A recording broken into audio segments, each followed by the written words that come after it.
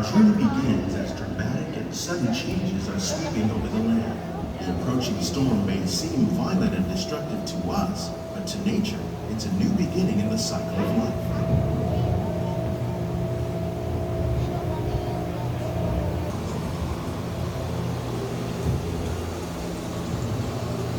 Beneath the surface of the land, roots trap water from the flowing mud, extracting precious nutrients and minerals. These elements, when combined with sunlight, create the diverse living systems of our planet.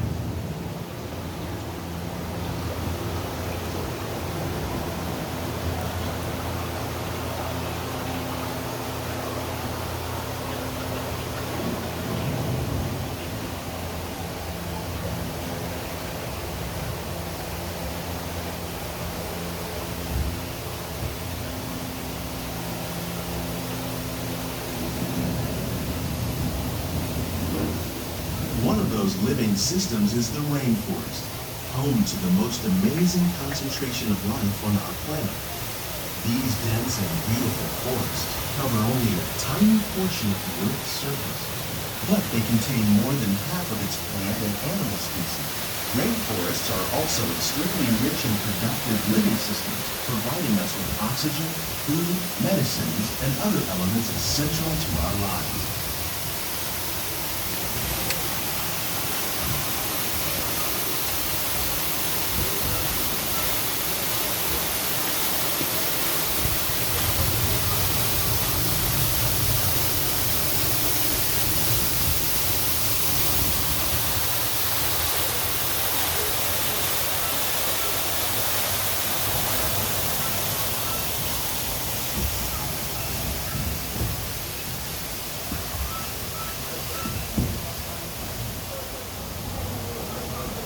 In the desert, nature has created a very different, but no less beautiful living system. And while this arid landscape may seem lifeless, it is very much alive. The plants and animals that have learned to survive in these harsh conditions make use of what little water they can find and avoid the scorching rays of the relentless sun.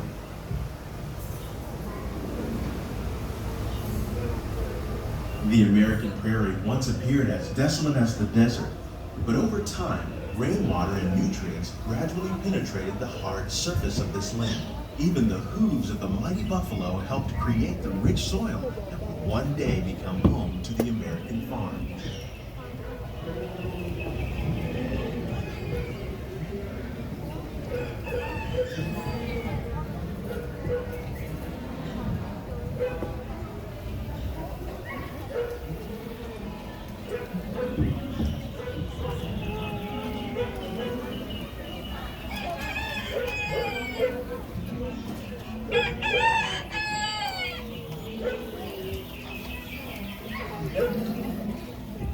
Of all the forces at work on the land, humans have had one of the most profound effects. The need to produce food for a growing world led to the enormous use and sometimes overuse of the land.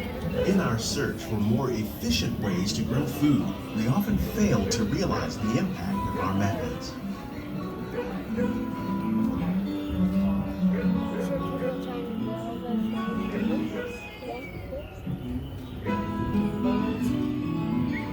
Today, we're learning to live with the land, discovering better ways to grow food that will assure both human and environmental well-being.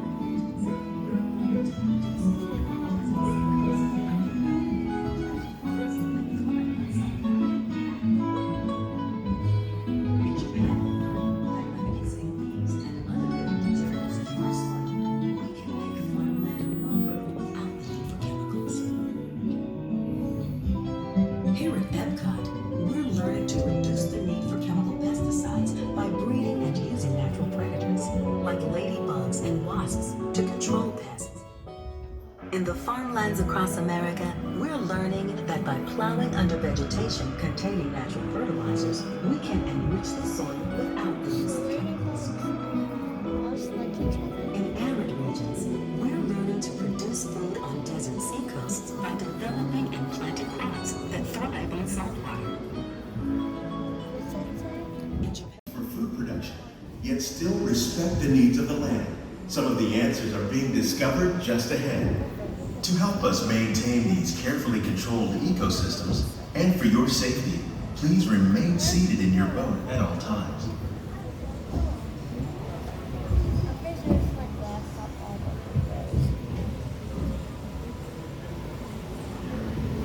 Wait, is this what's in that couple?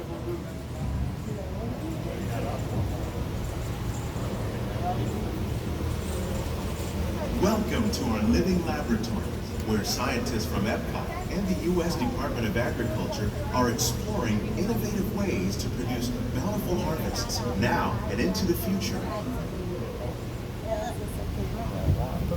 Make it look like you're outside, but you're really inside. The tropics are home to the greatest diversity of plants on the planet. Many of these, like papaya, bananas, cacao, coffee, and rice, are well known around the world. These are just a few of the edible plants that have been an important source of nutrition for people living in the tropics. Many are rich in vitamins and minerals, while others are well adapted to growing in less than ideal conditions. Some, like the water lily, thrive in wet, swampy areas and waterways. All parts of this plant, even the flower petals, are edible. The starchy root of the plant has long been used to make flour for baking.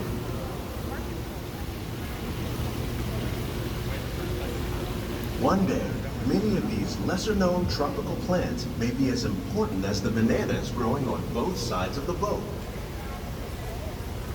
More than 28 million tons of bananas are eaten annually, making it the most popular fruit in the world.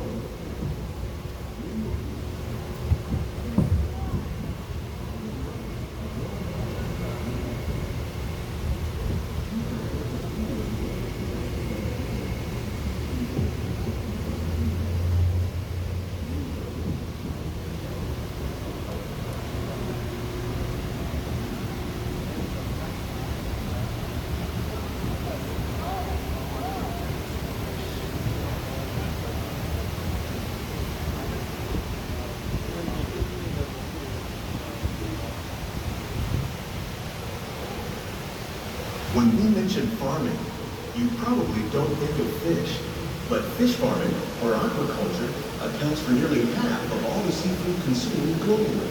Tilapia, bass, and catfish, like the ones you see here, are three of the more popular crops raised by fish farmers. The sustainable system we're using here recycles the water in the tanks. As a result, we're able to save millions of gallons each year.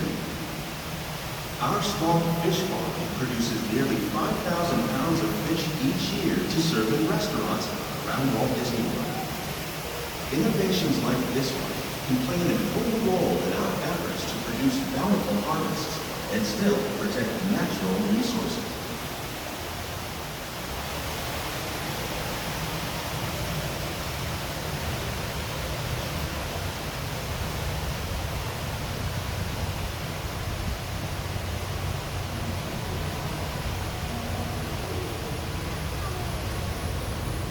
While there are more than 50,000 edible plant species in the world, most of us are only familiar with the handful that make up our everyday diet. The common grains growing here, wheat, maize, sorghum, and millet, plus rice, account for nearly 2/3 of our global food consumption. Learning how to increase yields of these staples is an important goal of research around the world.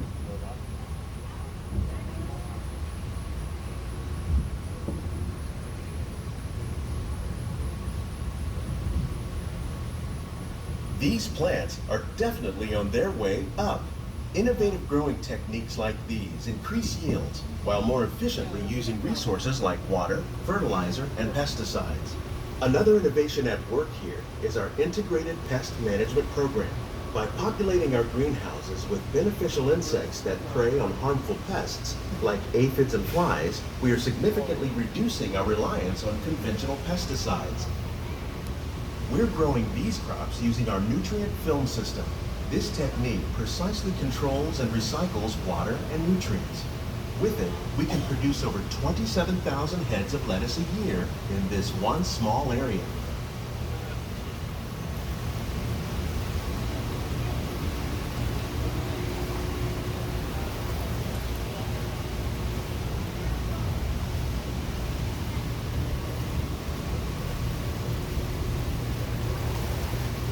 Some of our best ideas have been inspired by nature, like these fruit and vegetable trees. By growing these ground plants vertically, we can increase yields and better control diseases. These crops taste as good as they look. In fact, we serve more than 15 tons of produce from our greenhouses in restaurants here at the land every year.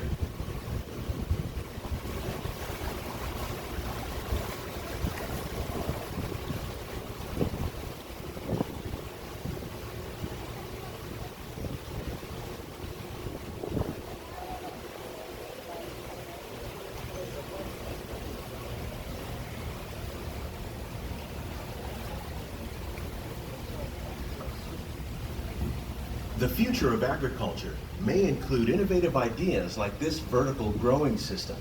Plants grown in this way use a fraction of the space required by traditional growing methods. That saves water and increases production. The aquaponics system on your left combines hydroponics with aquaculture. The fish provide a natural source of fertilizer for the plants, and the plants help keep the water clean for the fish. It's another great way to produce more while using less. In our lab, EPCOT scientists are working with the U.S. Department of Agriculture on a number of innovative projects. The goal of these efforts is to produce higher yielding and better quality plants.